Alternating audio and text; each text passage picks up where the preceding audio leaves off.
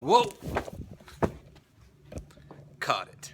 Welcome back to vlog number 3.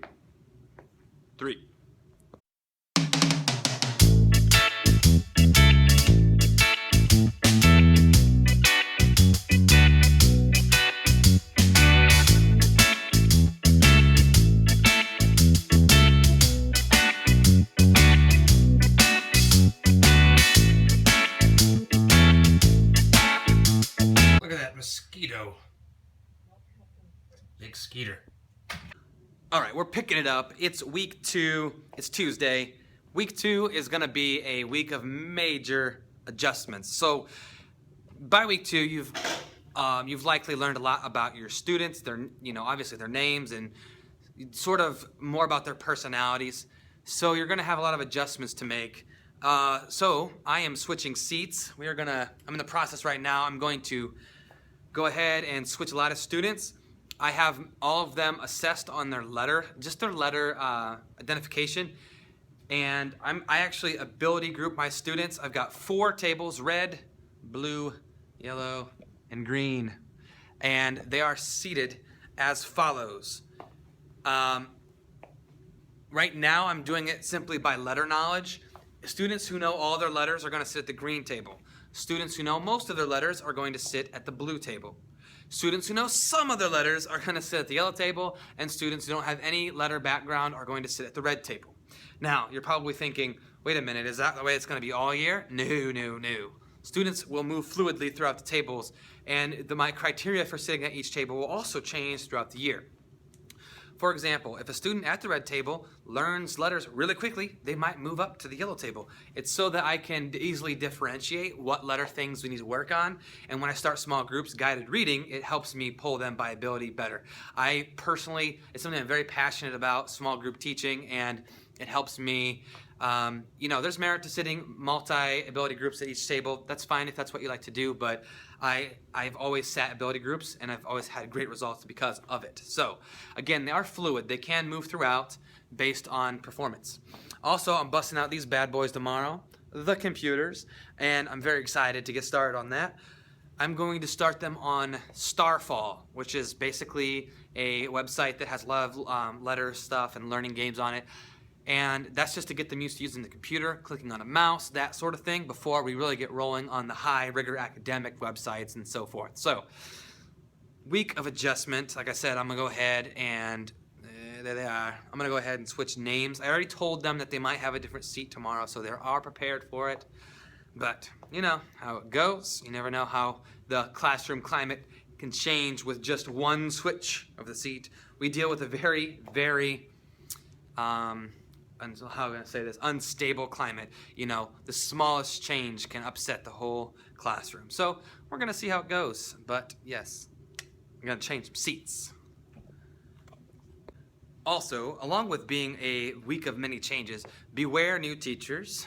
Week 2, it's where you're going to start seeing a lot of students test you. Okay, so now that they've got to learn a little bit more about you, they know your expectations, they're going to come in on Monday or whatever, and they're going to start to test those rules to see, is he or she going to enforce what they said week 1. So be prepared for that.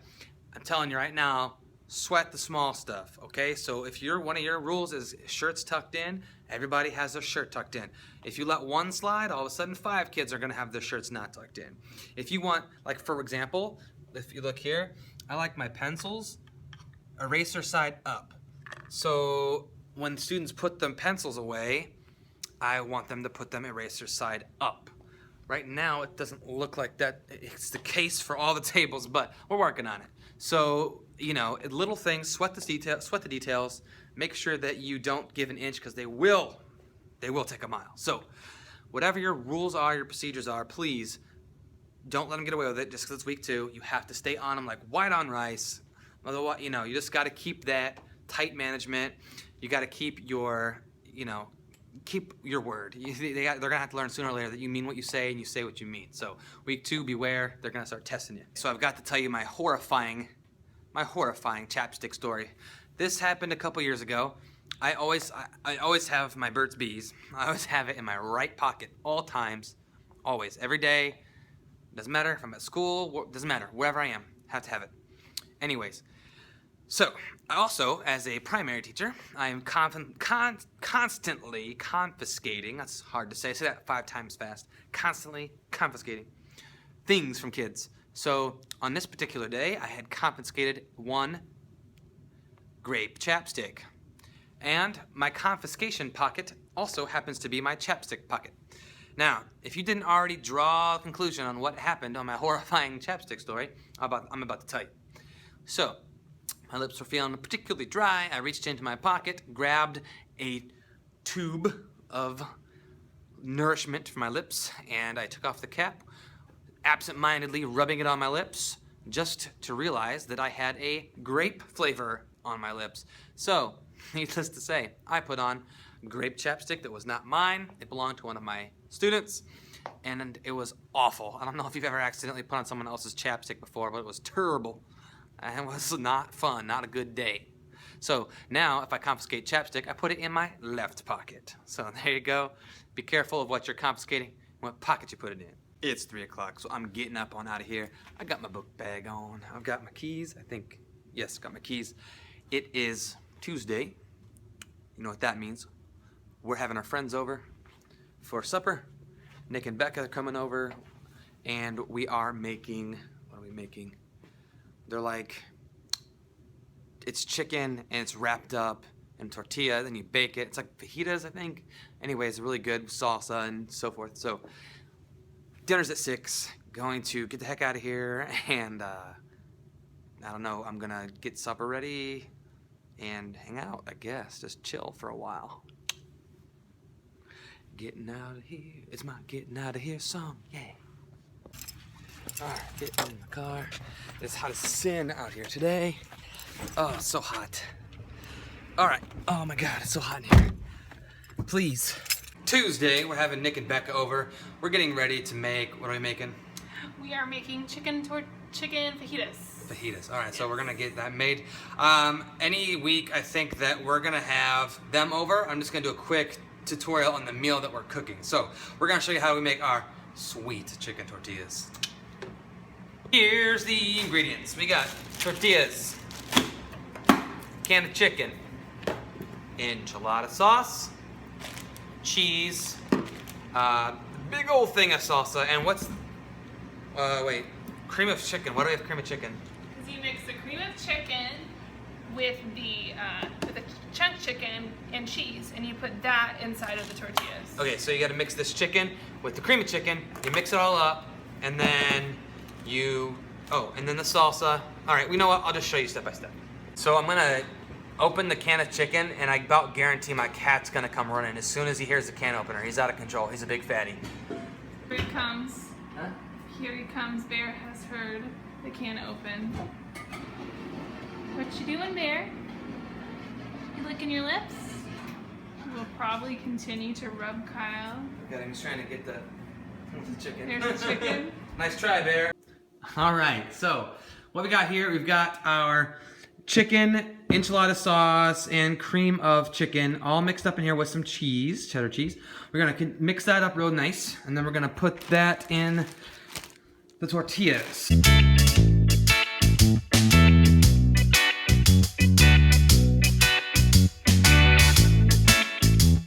Last step, we're gonna put these in at 350 degrees for 20 minutes. Good morning. It's Wednesday, and I am going to finish getting ready for school. I'm gonna get some gas and Taco Bell breakfast, I do believe. So let me just get ready, and I'll see you later.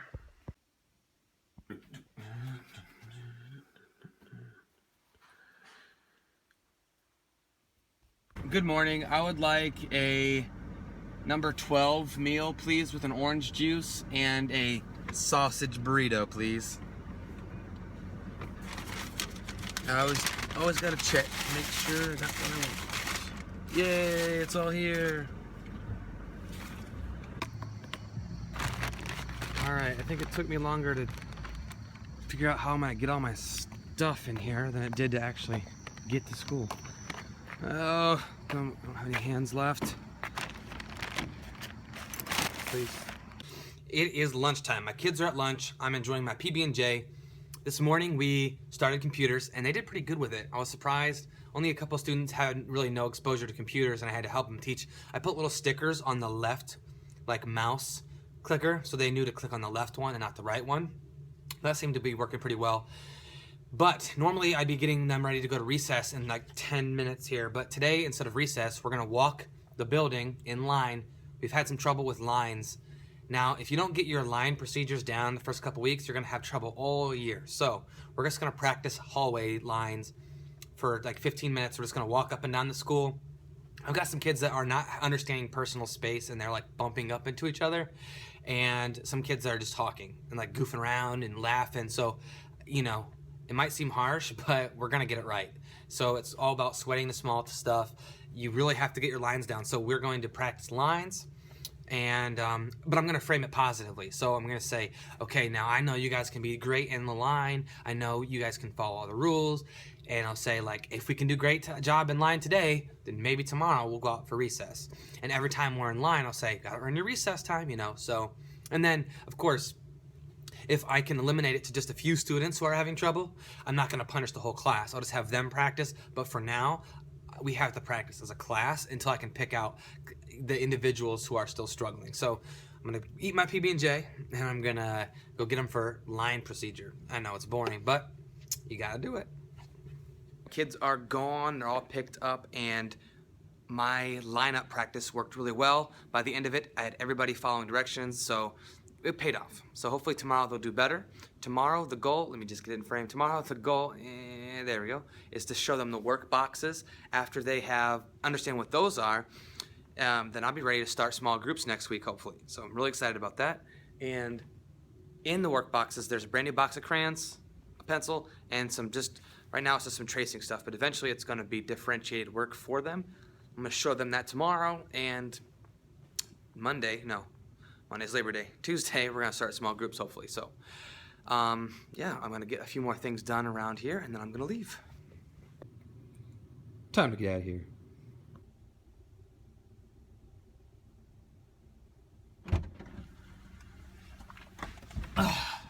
Hey, all right. Day's over, on the way home. It's Wednesday, but because I have my sister's volleyball game tomorrow, she's a senior, and she's playing volleyball, so I'm going to her game. It's gonna be awesome. We're doing Game of Thrones night tonight, so having some really good takeout food and watching some Game of Thrones. 'Twas a good day, I do declare. 'Twas a good day indeed. Pretty sure Kristen's here with our food. Let's go see. What is it, Bear? Did you hear it too? Is Kristen here with our food? Hello? Ah, yeah. Game of Thrones night. So we're gonna eat our food. Got our nuggets. Did you have a good day? I did. It's even better now. I've been looking forward to this all day. All right, we're not even getting the mail tonight. It is Game of Thrones night, so ain't nothing else going on. All right, we got our food, we got our nuggets and everything, and we're gonna watch season 1, episode 4. I believe stuff's going on in King's Landing, so I don't want to give any spoilers, but we're gonna eat our food and see you guys tomorrow. Good morning, it's Thursday, the last day of our week. Tomorrow we have an in-service day, so today I'm going to try a mock guided reading lesson. All this week I've been preparing them for today, so it all comes down to today. We've been working, I've taught them all the little alphabet centers that I have. Yesterday we did computers, today I'm teaching them workbox, and we're gonna try to put it all together and see how it goes. I'm gonna try and get some footage of it, and I'll let you know how it went later. Also today I'm starting student journals, writing journals, so I'm excited about that. Guys, here's how the game works. I'm gonna say something, and if you think it's a good idea, you're gonna put both thumbs in the sky and you're gonna say, good idea. But if it's a bad idea, if it's breaking the rules, you're gonna say, bad idea. So here we go. We're gonna try it right now. Here are some rules for super reader time. Here we go. When we're doing our work, should you have your tummy to the table? Good idea. Okay? Now listen, if your tummy's to the table, you're not gonna fall out of your seat, and you're not gonna drop anything on the floor. So make sure when you're doing your work, it's tummy to the table. How about this next one? When we're doing our work, Should we have quiet voices? Good idea. Guys, if it's quiet, it's so easy to learn. But if it gets really loud, our brains can't learn, so keep a quiet whisper voice. How about this one? When we're doing our work, should we be talking really loud to our neighbors? Bad idea. Because guys, if you're talking to your neighbors, guess what happens? You're not going to finish your work, and then your brain won't grow, okay? How about this one? Should you do your work? Good idea. Guys, I promise you this. If you do your work every day, you're going to learn how to read. You don't need it right now. You're going to learn how to read. So it's a good idea to do your work. You can have it back later, okay, Cameron? Finally, last thing. Should you bother the teacher? Bad idea.